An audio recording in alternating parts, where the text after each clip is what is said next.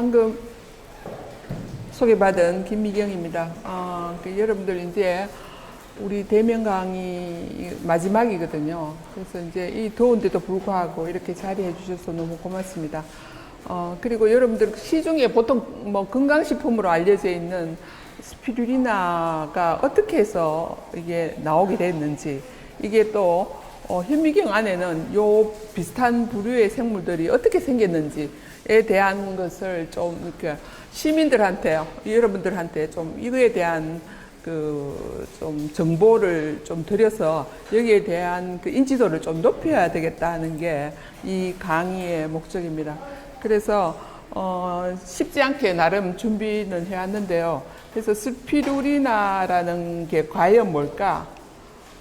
그래서 현미경 속에 스피루리나를 포함시키는 남조류의 그 모양이라든지 특성, 그리고 스피루리나가 어떻게 생겼고 또 이것이 어떻게 활용이 되느냐에 대해서 여러분들 오늘 이제 설명을 드리고자 합니다. 여러분들 들어본 적 있나요? 스피루리나라고? 그래서 크롤렐라는 또 많이 알고 계시죠? 그와 마찬가지로 지금 이 건강식품으로 많이 알려져 있습니다. 여기 보시듯이 생물계는 보통 식물계, 균계, 동물계 이렇게 해서 나눠주고 이 세 가지 그룹에 속하지 않는 영역이 있어요. 그게 바로 원생생물계라고 합니다. 원생생물계는 주로 이제 단세포들이 많은데요.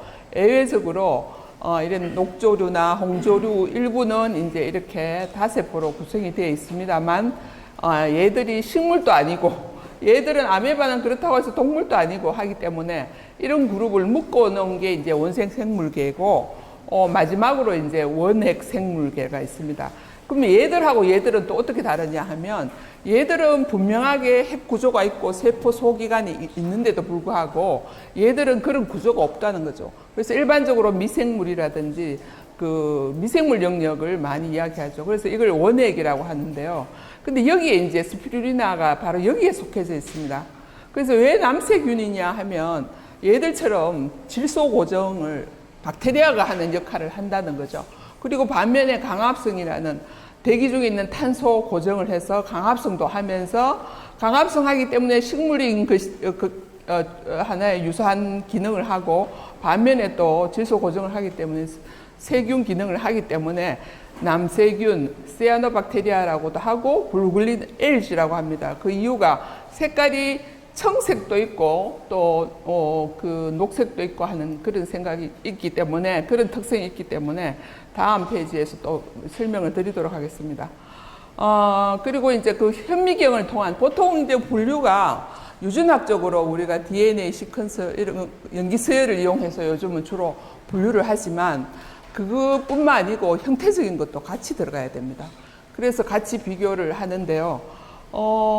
그 남조류는 형태가 바로 세포 하나로 독립되어 있거나 아니면 한 개의 세포가 그룹으로 묶어져 있는 군체인가 아니면 필라멘트 사상체인가 아니면 얘들이 또 얽혀져 있고 하나의 덩어리를 이루느냐, 그게 일반적인 그 형태의 기준이 됩니다.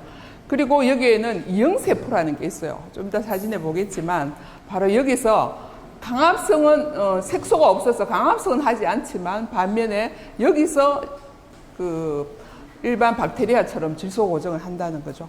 이게 바로 요 기준이 바로 이 책에 있는 내용인데요. 이 책은 제가 프랑스에서 학위 마치고 한국에 돌아와서 1990년대에 번역을 했습니다. 그래서 제가 번역을 하고 이분은 조리학교 회장으로 계시면서 충남대학교 교수님으로 계시는데 굉장히 번역을 또 많이 하신 분이고 해서 이분이 감수를 하시고 해서 아카데미 서적에서 아주 오래전에 책을 냈는데 최근에 이제 강의를 준비하면서 과연 인터넷에 이 정보가 있을까 해서 쳐보니까 바로 교보문고에서 전자판으로 다시 재개재가 되어서 지금 뭐 팔고는 있더라고요. 그리고 이제 이거는 그 형태적으로 단세포이면서 그 군체를 이루고 있는 그룹인데요. 마이크로시스티스는 조금 이따 하겠지만 바로 녹조 발생하는 그 원인 종이 되고 요거는 이제 여기 단세포로 되어 있는 그런 특성을 갖고 있죠. 그리고 전부 다 이거는 광학 현미경을 통해서 본 겁니다. 그죠? 여기서 난구슬 말목이라고 해서 이것도 지금 현재 세포가 이렇게 군체로 있거나 아니면 이거 마이크로시스트처럼 아주 많이 덩어리로 이루어져 있는 그런 경우가 있다는 것을 볼 수가 있죠. 그리고 이 그룹 마찬가지로 지금 여기 보면은 하나의 세포에 지금 세포가 막 지금 분열되어 가는, 그리고 이렇게 4개의 형태로 주로 많이 있는 그런 경우도 있고 표자가 안에 포함되어 있는 그런 경우도 있습니다. 요 같은 그룹인데요. 지금 현재 그 세포가 정식하는 그 모양을 지금 직접 찍었죠. 그래서 2017년도에 이분이 지금 논문을 게재를 했던데, 이분이 상당하게 그 현미경 사진을 사진이 이게 해상도도 좋고 잘 찍었구나 하는 것을 제가 보고, 아, 이거 교재로 써야 되겠다 해서 이제 여러분한테 소개해 드리는 겁니다. 그리고 요거는 이제 그 흔들말목해서 마찬가지로 세포가 하나의 세포들이 연결이 되어서 이렇게 군집을 이루거나 아니면 이렇게 필라멘트형으로 있는 오실라토리아라고 합니다. 이게 전부 다가. 스피루리나는 조금 이따 별도로 설명을 드리도록 할게요. 그리고 이제 구슬말목이라고 해서 여기 보시면 하나의 세포가 이것도 연결되어 있고 이상한 모양이 여기 하나 있죠. 이게 바로 이형세포입니다. 그래서 앞에서 이야기했지만 색소가 없기 때문에 강합성을 못하고 얘들은 질소 고정을 한다. 그리고 여기는 세포 덩어리가 한 있는데 요거는 아키네트라고 해서 운동성이 없는 포자체를 이야기한다는 거죠. 그래서 요거는 전체적으로 아나베나라고 해서 굿을 엮어놨는 것처럼 되어 있다는 거죠. 그 다음에 노스톡이라고, 스피루리나처럼 노스톡도 굉장히 많이 활용이 되고 있는데 산업적으로 얘들도 지금 이형세포가 이렇게 있습니다. 그런데 얘들은 또 특징은 여기서 젤라틴 모양의 이런 물질을 분비를 해서 그 안에 같이 얽혀져 있는 그런 경우도 있습니다. 그래서 하나의 엽상체를 이루고 있다라는 거죠. 그리고 같은 그 구슬 말목으로 지금 여기 보면은 얘들은 지금 이렇게 가지가 이제 좀 뻗쳐져 나오죠. 점점점 하나의 세포에서 아, 얘들이 진화해 나가는구나 라는 것을 알 수가 있습니다. 그리고 조금 전에 본 것처럼 바로 얘들은 하나의 젤라틴형의 엽상체 안에서 존재하고 있다는 거, 그리고 얘들도 지금 가지가 뻗쳐져 나가고 있구나 하는 것을 스티고네마. 근데 지금 이렇게 영어를 쓸 수밖에 없는 게 뭐냐 하면 우리 해조류의 뭐 다시마, 미역처럼 로컬 네임, 지역 네임으로 있는 것이 여기는 미세조류 이런 경우에는 거의 없어요. 많이 없기 때문에 전부 다 언어로 그냥 그렇게 합니다. 그러니까 언어에 대한 또 거부가 단어가 있기 때문에 이게 조금 알려지는데도 좀 시간이 걸리지 않나 하는 생각이 듭니다. 그리고 이것도 역시 이제 그 정상적인 식물처럼 가지는 아니지만 가지가 이렇게 발생이 되고 있다라는 것을 보여주는 그런 형태입니다. 그죠? 그리고 이것도 단세포이지만 또 그룹으로 형성되어 있다라는 것을 볼 수가 있죠. 자, 그래서 이제 앞에 형태적인 모양을 우리가 봤는데요. 조금 전에 말씀드렸듯이 바로 이 남조류는 강합성을 하는 원생 생물이고 우리 지구에 35억 년 전에 얘들이 먼저 나타남으로 인해서 그전에는 황화수소라든지 이러한 황에 의한 모든 물질이 이렇게 지구가 하나의 옐로우였다면 얘들이 나타남으로 인해서 우리 그 지구에 산소가 전달이 되고 산소를 필요로 하는 동물이나 인간들이 살아갈 수 있는 진화의 하나의 그 포인트였다라는 이야기를 많이 합니다. 그래서 이제 이 이야기가 나오고, 그래서 환경에 대한 적응력도 높다라는 거죠. 그리고 여기 보면 아까 이야기했던 크로렐라 같은 경우에는 안에 세포 소기관 딱딱 구분되어 있죠. 이렇게 하나의 자기 역할을 하는 공장이 있는 반면에 이 남조류, 그러니까 스피루리나 같은 경우에는 그렇지 않다라는 거죠. 그래서 이런 기관이 없이 핵에 있는 이러한 그 DNA가 따로 있고 또 강합성을 하는 틸라코이드가 바로 이렇게 세포에 그냥 흩어져 있습니다. 엽록체 막이 이게 따로 구분되어 있는 게 아니고, 그리고 또 보면 이제 세포막이 있지만 이 세포막도 일반 식물에 있는 셀룰로즈라든 딱딱한 세포막 벽이 아니다라는 게 특징입니다. 그래서 여기서 벽은 있지만 그래서 그 부분은 조금 여러분들 혼돈이 없길 바라고요. 그리고 이제 대표적인 남조류는 보면 스피루리나, 오늘 이제 주제가 되는 스피루리나가 좀 더 나선형으로 나오게 될 것이고, 아나베나 질소 고정을 한다라는 거, 아까 젤라디틴형의 노스톡이 있었다라는 걸 말씀을 드렸죠. 그리고 이제 우리가 대청댐이나 모든 이제 흐르지 않는 정체된 물에는 바로 이러한 녹조 현상이 많이 발생이 되는데, 그 원인이 그 조류가 바로 마이크로시스티스 아이얼루지노사라고 해서 굉장히 유명한 겁니다. 그래서 얘들이 지금 안에 독성이 있기 때문에 어떨 때는 얘들에 의해서 그 어류가 떼죽음을 당하고 하는 그런, 그리고 식수에도 영향이 있고, 그래서 상당히 심각한데, 그 이유가 바로 우리가 알고 있던 모르고 있던 그 오염원이 여기 들어옴으로 인해서 그 오염원 안에는 질소인이 많다는 거죠. 그러니까 갑자기 얘들이 이제 영양분이 많기 때문에 대정식을 하는 거죠. 그게 바로 부영양화 현상입니다.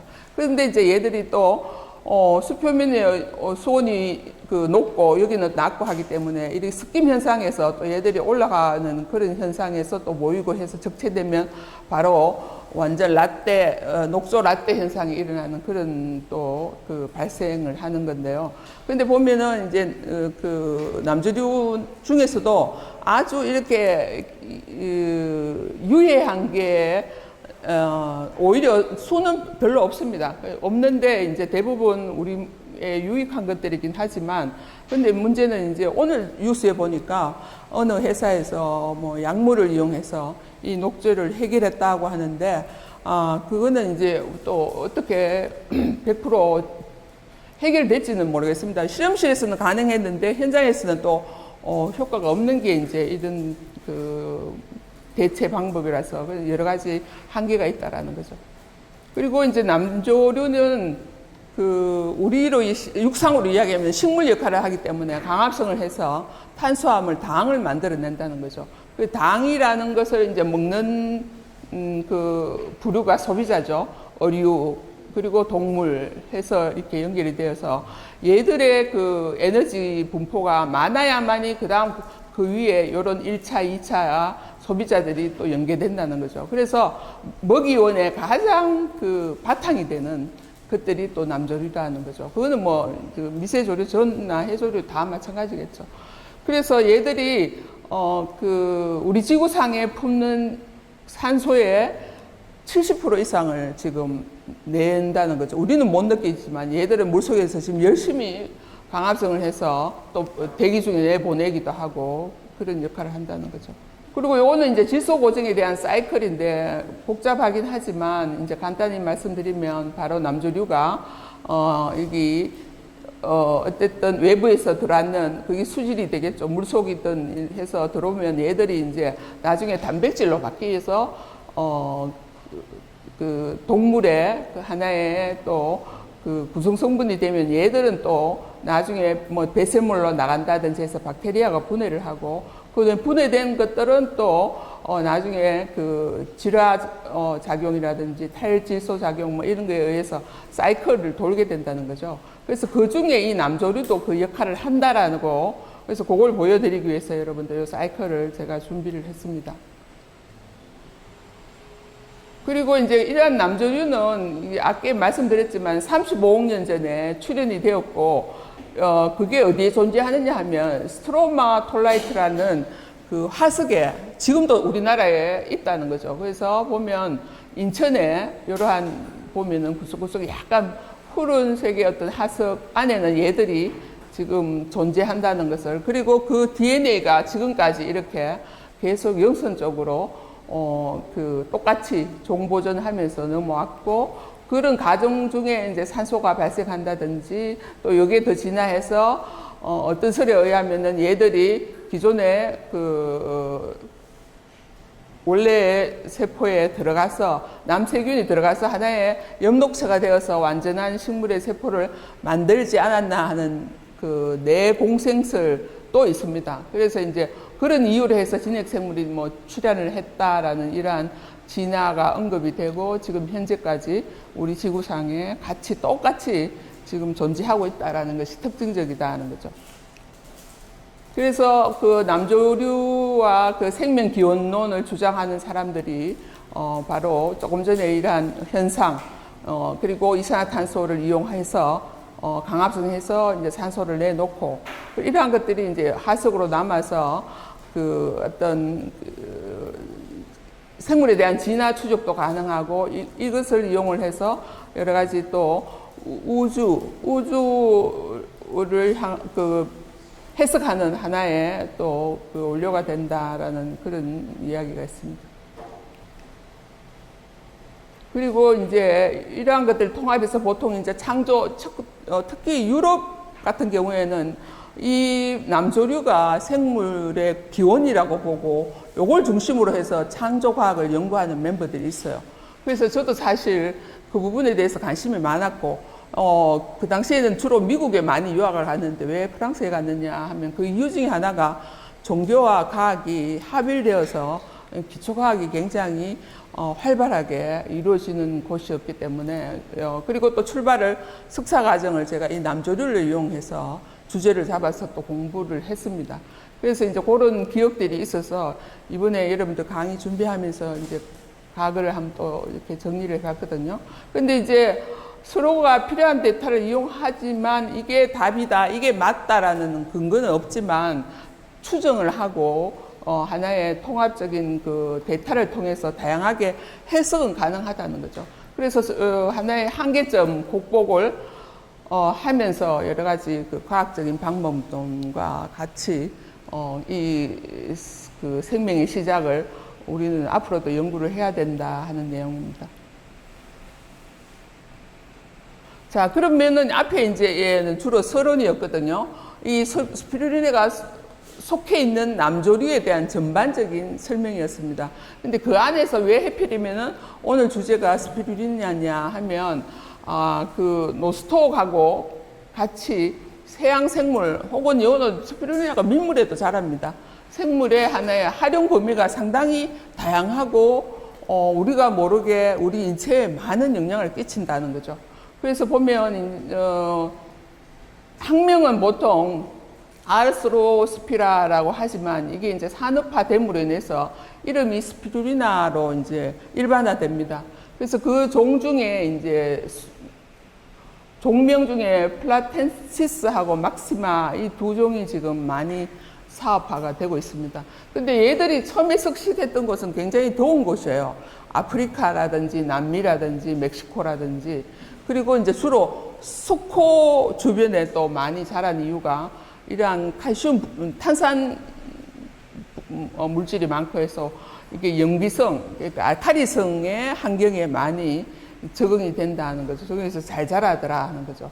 그리고 혼합 영양이라는 것은 이제 그 광합성을 해서 스스로 당을 합성하는 그런 독립 영양도 하면서 기존에 또 탄소를 흡수해서 영양을 또 만들어내는 그 이중의 성격을 갖고 있고, 산업화가 된다 안 된다는 결국은 대량 배양이 되느냐 안 되느냐가 관점입니다. 그래서 이제 대량 배양이 마침 되고 잘 자라기 때문에 얘들은 이제 그 하나의 그 바이오 산업의 원료가 되고 있다라는 거죠. 그래서 또 극한 환경에 잘 견딘다는 거죠. 아주 염분이 많다거나 강알칼리성이거나 고온이나 강이나 적응력이 높다. 그래서 얘들이 왜 적응력이 높으냐에 대해서는 조금 이따 또 나오니까 그때 또 설명을 드리도록 할게요. 그리고 이제 스피루리나는 이제 현미경으로 보면 이게 주로 필라멘트형으로 되어 있습니다. 굉장히 다양하게. 아니면 이게 스프링 모양으로 막 꼬여 있는 그런 경우도 있고, 그래서 그런 경우고, 원핵 생물이기 때문에 이러한 세포 소기관이 없다라는 거, 그렇지만 강합성을 한다. 그리고 크로렐라와 달리 셀룰로즈 구성을 하는 세포벽은 없기 때문에 소화가 잘 된다는 거죠.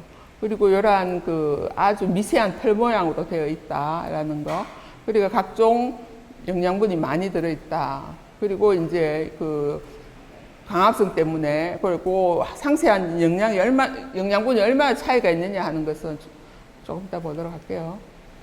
그래서 얘들은 지금 단백질이 상당히 많습니다. 그래서 조금 이따 나오겠지만 바로 그 모유나 이런 데에 비해서 훨씬 더 많다라는 거. 그래서 많게는 70%, 요 견과류, 콩 이런 것보다도 지금 많은 그런 케이스도 있다. 그래서 이거는 미래 식량 자원으로 인정을 받았다라는 거. 그리고 FDA가 그 식품 첨가물, 식품 원료로도 인정을 했다라는 거.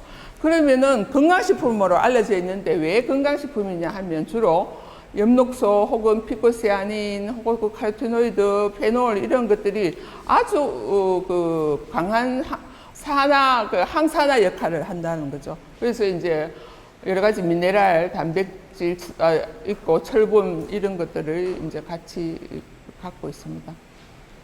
그리고 이제 아까 이야기했듯이 얘들이 이제 그 혹한 환경에 잘 자라고 하는 이유가 바로 뭐냐 하면 여기 보면 셀월은 있지만 세포막, 내막, 외막 사이에 펩티도글리칸이라는 게 있다는 거죠. 셀룰로즈가 아니라는 거죠. 그래서 짧은 단백질에 당이 서로 결합되어 있기 때문에 굉장히 부드럽다라는 거죠. 그리고 여기 보면 이제 강합성을 하는 틸라코이드 있죠. 엽록체는 없지만 이 틸라코이드의 하나의 뭐 덩어리가 보이는데 이게 바로 미스텔입니다. 요게 하나의 그 강합성할 때 빛을 받아들이는 부분이거든요. 그래서 요거는 이제 틸라코이드 막이 있고 거기에 볼록하게 나오는 게 바로 피코빌리좀이라고 하는데 이 피코빌리좀이 뭐냐 하면 바로 이거거든요. 그래서 우리가 여기 이제 클로로필 A에서 강합성을 하면 바로 이제 그 광을 받아들이면 얘들이 광산화 현상을 일으키기 때문에 굉장히 손실이 있기 때문에 그걸 막아주는 그러니까 에리스린, 피코시아닌, 알로피코시아닌 요게 전부 다 하나의 그 단백질입니다. 그래서 단백질 야들이 이제 강한 빛, 특히 UV라든지 이런 게 와도 그것을 차단하면서 또 에너지, 전자를 전달하는 기능을 하기 때문에 상당히 극한 환경이나 자외선 차단 그리고 세포 분열이 잘 되어서 재생 능력이 있다라는 게 특징이죠. 그래서 요게 이제 일반적으로 다른 식물이나 다른 해조류하고 물론 이제 홍조류에도 이게 있기는 하지만 차별화된 이러한 그 색소를 갖고 있기 때문에 하나의 경쟁력을 갖고 있더라라는 거죠. 그래서 보면 녹색, 푸른색 이거는 우리가 뭐 식물이 갖고 있는 거라서 너무 잘 알죠. 클로로필인데 그죠? 요거죠. 근데 얘들을 이제 그 중간에 공정법에 의해서 이제 얘들이 물에 잘 녹습니다. 그래서 이제 이걸 핸들링해서 요 색소만 이렇게 뽑아낸 게 바로 요거예요. 그래서 지금은 보면 유럽이나 해외에서는 바로 피코시아닌 지금 우리나라 홈페이지도 들어가면 쇼핑몰 들어가면 피코시아닌 치면 요 푸른색에 파고다가 지금 요거 따로 별도로 팔거나 음료가 이미 지금 나오고 있어요. 그래서 지금 상당히 그 세계 시장을 장악하고 있는 중에 하나인데요. 그렇고 그다음에 이제 보통 우리가 그 컬러풀한 그 과일을 많이 먹으라 하는 이유가 여러 가지 그 페놀 그 타입의 그런 그 색소들 있죠. 그런 게 이제 항산화 역할을 하니까 그런 거. 그리고 이제 이러한 카로티노이드, 베타카로틴 이런 것들이 합쳐져서 상당히 건강에 좋다라는 거죠. 그 중에서도 이제 유산균의 먹이가 되는 프로바이오틱 역할을 한다라는 게 차이점이고 면역 강화, 항산화 뭐 이런 것들 있죠. 그래서 지금 과거에 이제 몇 년 전에 코로나 때 우리가 면역 강화하기 위해서 가장 그 건강식품 인기 있었던 중에 하나가 바로 이런 스피루리나였다라는 거죠. 그리고 요거는 이제 해외에서 보내준 건데요. 우리가 아는 블루베리도 그 항산화 기능이 뛰어나다는 걸 알고 있는데 사실은 그거보다도 스피루리나가 월등하게 항산화 기능이 높다라는 것을 이 데이터를 통해서 우리가 알 수가 있습니다. 그죠? 그리고 아까 말씀드렸지만 바로 사람 모유 그리고 이제 소 아니면 여러 가지 염소에서 나오는 여러 가지 프로테인을 비교해 봤을 때 이 플래시한 스피루리나가 양이 100g당 6.5가 있으니까 상당히 거의 70% 가깝죠. 밀크 일반적으로 그거에 비해서는 2배 이런 식으로 지금 했을 때 상당히 이게 지금 높다라는 거. 반면에 우리가 그 체중을 증가시키는 탄수화물이나 이런 지방은 숫자가 굉장히 낮게 나왔다는 거. 그래서 이런 면이 신선한 우유하고 비교했을 때 상당히 영양 패턴이 좋다라는 거 있죠. 그리고 요거는 최근에 중국 하나의 그 쪽에서 논문에서 언급된 건데요. 이게 뭐냐 하면은 우리가 가정에서 이러한 작은 그 배양기를 만들면 여기에 이제 이 스피루린을 이어서 강압성을 하는 LED를 장착시키거나 아니면 외부에서 공기를 넣어주면 그 안에 이산화탄소가 있기 때문에 강압성을 유도시킨다는 거죠. 그래서 요걸 우리 보통 보면 그 채소류도 그 형광을 해서 이제 가정에서 키우는 게 보급이 되잖아요. 그죠? 그것처럼 지금 현재 이것도 그걸 시도하고 있다는 거죠. 그래서 배양을 해서 그걸 그대로 여기는 뭐 이게 더러울 게 없잖아요. 그래서 그대로 뭐 맛있는 영양원으로 이용할 수 있다라는 뭐 그렇게 주장을 하는 사람도 있어요. 그리고 이제 일반 그 우유에 비해서 칼슘이 10배, 그리고 지금 베타카로틴 20배, 뭐 철분 50배, 단백질 5배 이런 식으로 데이터가 지금 우리 국내 언론에도 많이 보급이 됐는데 그만큼 우리가 그 스피루리나에 대한 어떤 그 인지도가 낮은 반면에 얘들은 그런 영양적인 잠재력이 월등하다라는 것을 알 수가 있죠. 그래서 스피루리나에 대한 그 시장 규모는 여기 보면은 한 12억 달러니까 우리나라 그걸로 하면 한 1조 뭐 5천 혹은 2조 가까이 시장을 내다보고 있으면서 2023년까지 거의 매년 성장률이 10%씩 증가하고 있다는 것을 우리가 알 수가 있습니다. 그래서 요건 아까 말씀드린 피코시아닌 자체가 지금 새로운 시장을 형성하고 있다는 거죠. 그래서 스피루리나 용도는 우리 인간에게도 좋은 하나의 소스지만 여러 가지 동물들한테도 하나의 사료로 단백질 보충으로 가능하다라는 거. 그리고 이제 색깔을 내기 위한 착색제로도 이용한다든지 아니면은 의약품으로. 그래서 이제 얘들이 특별히 천연 100%이기 때문에 부작용이 없다라는 거죠. 그래서 중독성도 없다라는 거. 그래서 지금은 이제 하물며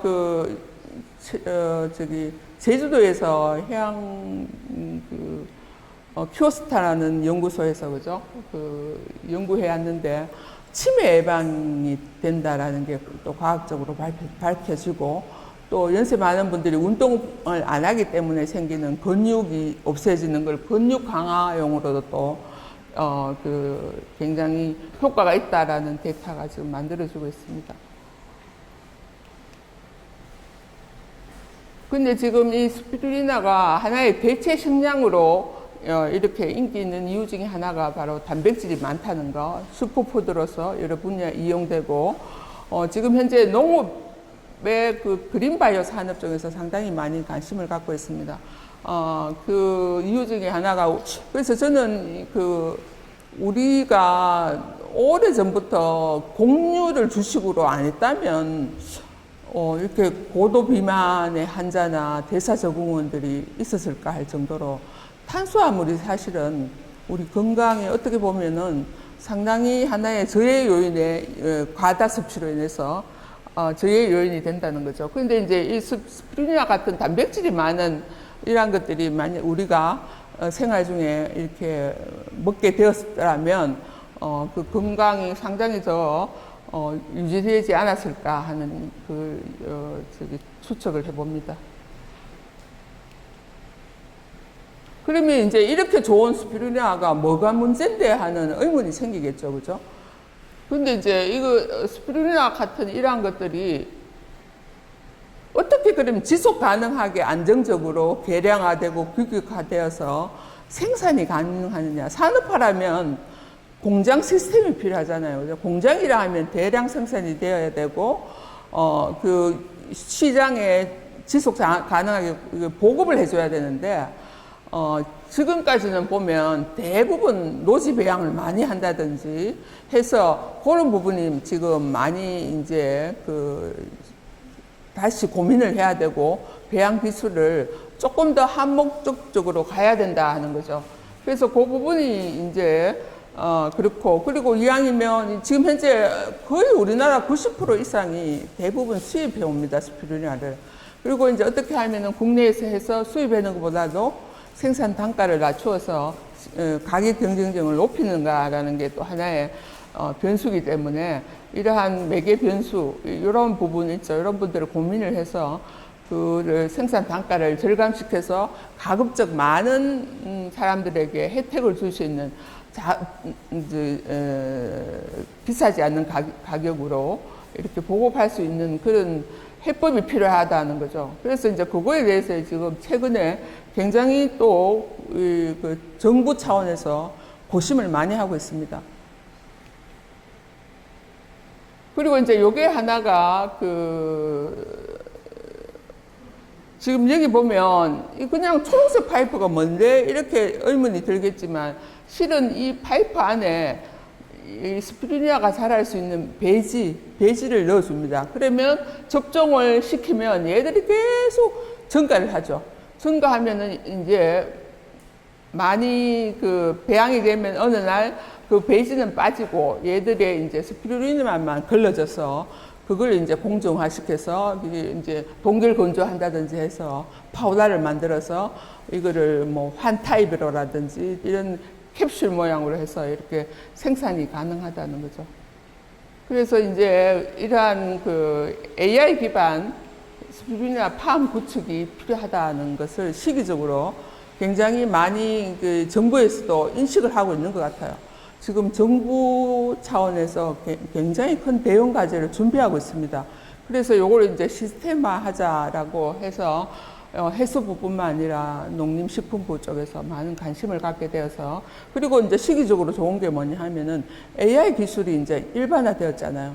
근데 AI는 딴 것보다도 우리가 배양을 하면 얼마 이제 앞으로 예측이 가능하잖아요. 그 데이터가 그게 되면은 어떤 날씨에 어떤 수소이온 농도가 있었고 어떤 빛이 얼마 있어야 된다라는 과거의 데이터를 기반으로 이렇게 미래를 예측할 수 있죠. 그 데이터를 이용해서. 그래서 이제 주기적으로 우리가 체크가 가능하다라는 거죠. 그래서 이제 데이터 기반의 생산, 빅데이터를, 과거의 빅데이터를 이용해서 우리가 최적화시킨 조건에서 대량 배양이 가능하다. 그래서 지금 시기적으로 상당히 준비를 해야 되는 시점이라는 거죠.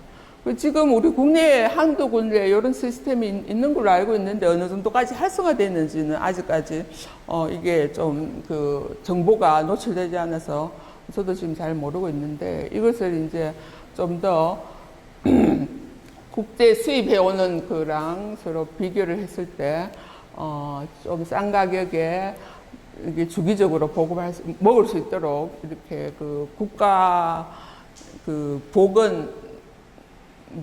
보건부나 이렇게 해서 이제 건강 차원에서 이렇게 보급할 필요가 있다라는 거죠. 그런데 이제 이렇게 하려면 하나의 큰 부류가 바로 업스트림하고 다운스트림으로 구분이 되는데요. 업스트림은 바로 어떻게 하면은 좋은 조건에서 얘들을 많이 자라게 하느냐, 배양을 시키느냐 하는 것이 업스트림입니다. 그래서 보면 어떤 품종을 선택하고 또 얘들을 이제 빛을 어떻게 주며 이산화탄소를 어떻게 이제 이용해서 탄소 배출권에 활용을 하느냐, 이런 배양 조건 만들고, 그리고 가급적 그게 오염이 되어버리면 어느 날 얘들이 완전 이렇게 사라질 법입니다. 왜 그러냐면 박테리아가 오염되면 얘들이 다 분해가 되기 때문에 자라지 않는다는 거죠. 그래서 그런 조건들을 최적화해서 바이오매스 확보를 많이 하는 그러한 첨단 기술 확보, 요게 바로 업스트림입니다. 그죠? 그런 반면에 이제 다운스트림은 확보되어 있는 바이오매스를 이용해서 바로 바이오 정제를 만들고, 어떻게 하면 고부가 가치를 만들고, 걔들을 어떻게 하면 잘 저장하고 냉동 보관하고 해서 더 상하지 않게 유지하느냐라는 그런 것들이 바로 다운스트림이 됩니다. 그래서 이렇게 하기 위해서는 이렇게 수확하는 기술이 필요하고, 여러 가지 이제 공정 과정에서 분리 정제, 그리고 얘들이 이제 국가적으로 우리가 안전하게 보급을 하려면 국제적인 글로벌한 여러 가지 안정적인 인정, 이러한 것들이 필요하고, 또 이제 특정한 예를 들어서 치매 결과 폐매 효과가 있더라 하면 그 부분에 대한 하나의 고시형 인정을 받는다든지 그렇게 해서 다양한 그 먹을거리로 이렇게 우리가 고부가하는 그 상황을 우리가 다운스트림이라고 합니다. 해외에서 지금 하고 있는 모습인데 여러분들 아마 처음 보실 거예요. 한 보시라고 제가 준비해왔습니다. 이 막대 하나하나가 대나무가 아니고 사실 그 안에 생물이 지금 살아가고 있으면 저 보세요. 기포가 보이죠? 저렇게 해서 하우징 했는데 해서 온도가 이게 1년 내내 일정하게 갈 수 있도록.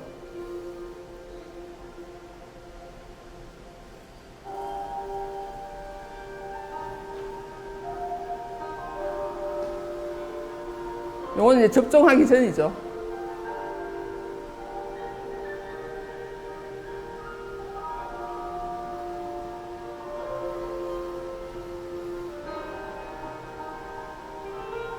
클로렐라 스피루리나에 같이 있죠. 저는 파우더를 이렇게 정제 혹은 태블릿으로 이렇게 만든다는 거죠.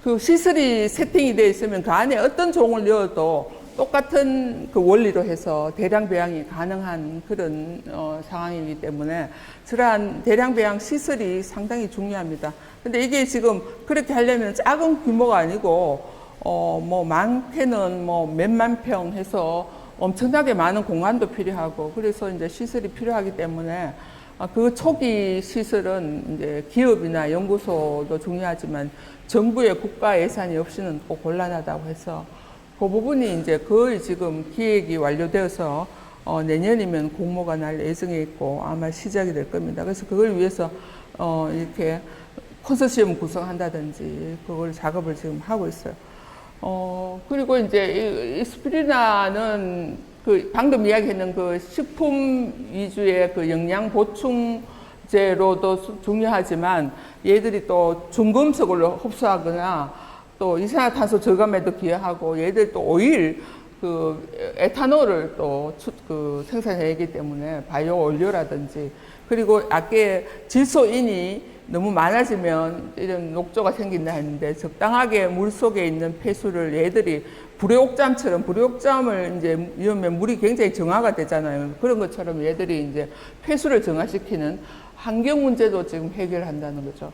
그리고 이제 우주 생명체에서 우주식품이라든지 우리가 조금 전에 잠깐 봤는 생명기원에 대한 그런 연구 모델이라든지 이러한 화성의 생명체 연구하는데 애들의 구조하고 어떻게 비교되느냐 등등을 같이 풀어나갈 수 있는 해법을 줄 수 있는 게 바로 이 스피루리나다라는 겁니다. 그죠? 그래서 이제 그 연구 방향은 우리가 지금 앞에서 봤는 사진들은 그 광학 현미경을 주로 보고 그거에 대한 형태 기준으로 분류를 했지만 지금은 뭐 전자 현미경은 오래전에 또 일반화되었고 그 외에 여러 가지 양자라든지 이런 원리에 의해서 더 많은 연구들이 구조들이 많이 밝혀질 걸로 봅니다. 그리고 이제 지속 가능한 자원으로 요게 이제 요 부분은 이제 저희들 또 저희 회사도 관심사가 요 부분입니다. 어떻게 하면 대량 생산을 많이 할 것이냐 이런 부분이고 또 이걸 이용해서 지금 바이오 플라스틱 있죠. 분해가 되는 바이오 플라스틱 원료로도 또 가능합니다. 그리고 친환경 에너지 생산이 좀 가능하죠. 그리고 그 외에 여러 가지 뭐 의학적으로 이러한 그 항바이러스성하고 만성 질환 쪽에 좀 많이 그래서 이제 오늘 여러분들 또 공부를 제가 하면서 또 여러분한테 인식이 좀 인지에 도움이 될까 해서 이 주제를 선택을 했습니다. 그리고 이제 뭐 앞에서 이야기했지만 바로 생명체 기원 모델이 되고 그죠 하는 것들 이러한 것들이 앞으로 지속적으로 나감으로 인해서 또 다른 그 미세 조류들의 그 관심도가 많이 증가할 것이다라고 봅니다. 그리고 이제 이 스피루라를 포함한 남조류가 우리 생명의 기원이라고 하지만 이거는 뭐 해법 답을 찾기 위한 것보다도 그 과정이 그죠? 이게 창조 과학이 됐든 현대 과학이 됐든 간에 접근 방법은 다르지만 그 자체는 너무나 경이롭고 신비하다 하는 게 결국 마무리입니다. 오늘 뭐 이렇게 잘 들어주셔서 감사합니다. 그래서 내년에 여러분들 또 우리 소역 톡톡 많이 애껴주시고 관심 가져주시면 감사하겠습니다. 네, 수고했습니다.